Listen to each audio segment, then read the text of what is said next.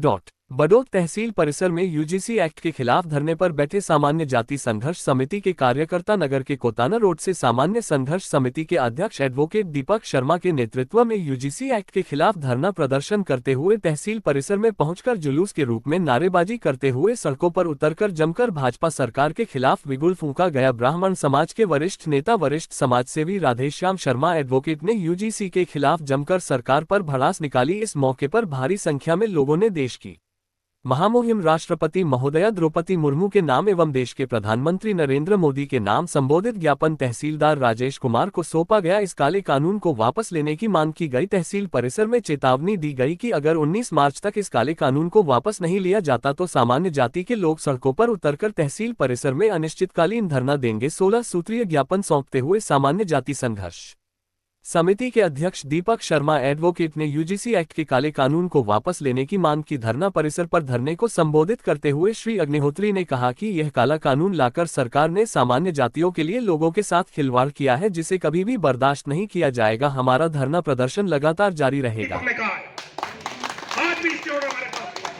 ये जमीन भी हमारी है, ऐसी कोई बात नहीं, और हम कानून का पालन करना चाहते हैं, पर कोई गैर कानूनी तरीके से हमें दबाने की कोशिश करे तो हम उसका प्रतिकार भी उसी रूप मात्रा में करेंगे। न्यूटन लॉ ऑफ मोशन है, action and reaction equal and opposite. कोई हमारे साथ कुछ भी करेगा हम उसका बदला ले करेंगे।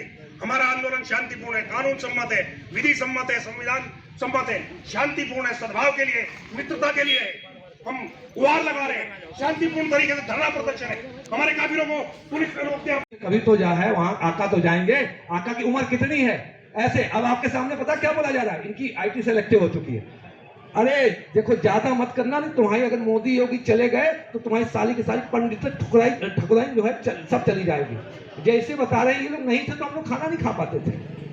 आपके बाप दादा हमारे बाप दादा जैसे नहीं खाना खाए जिंदा है, समझ रहे? ये ऐसे बता। और इनकी उम्र कितनी, मतलब ये जब चले जाएंगे तो देश खत्म हो जाएगा। आप समझ रहे? ये ऐसा माहौल बना के इनकी आईटी इस समय सिर्फ हिंदू मुस्लिम। अब देखा कि यूजीसी पे इतना चल रहा है तो ये लोग इतने अभी आपको इनकी जो असली ताकत नहीं बताई, ये नैरेटिव सेट करते हैं, ये बैठते हैं आपको ये हिंदू मुस्लिम करेंगे। एक राष्ट्रीय मुस्लिम मंच किसका होता है? किसी को पता है राष्ट्रीय मुस्लिम मंच किसका है? अरे तो ये हिंदू मुस्लिम क्या करते हैं? ये वोट बैंक के लिए। जो आप बिल्कुल सही, तो जब वोट बैंक के लिए करते हैं, हमसे बड़ा वोट बैंक है कहाँ? हमने तो कहा विकल्प के रूप में स्थापित कर रहे हैं अपने आप को। हम कोई डेम नहीं पड़े, देखिए विकल्प नहीं था, हम मनुआ मजदूर थे। आप हमको ये माना जा रहा था जाएगा कहाँ, तभी मैंने कहा राष्ट्रीय मंच जब बना रहा हूं, अभी तो बताते हैं जाएगा कहाँ। अभी आप होगे, अभी गिड़गिड़ाओगे, अभी तो हमने कुछ बताया ही नहीं है। अभी तो पूरा कैडर आपका क्षेत्र। अभी लगाइए, लाओ इधर दिखाओ, वो फोन लाओ, दिखाता हूँ आपको, पढ़ता हूँ, लाइव पढ़ता हूँ।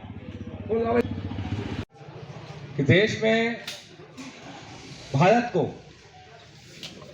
एक विदेशी ताकत ने एक अनुमति दी है कि आप जो है रशिया से, मतलब जो एक रूस है रशिया, उससे आप तेल खरीदने के लिए 1 महीने की अनुमति दी है। तो आपके ज्ञापन में सबसे बड़ी कमी है, मैं सबसे बता देता हूं कि आपको चच्चा ट्रंप का नाम सबसे पहले लिखना चाहिए था। आप समझ गए? ज्ञापन में आपको चच्चा ट्रंप जो है, जो यूनाइटेड स्टेट्स के प्रेसिडेंट है, चच्चा ट्रंप का नाम लिख देते तो शायद ज्ञापन स्वीकृत हो जाता।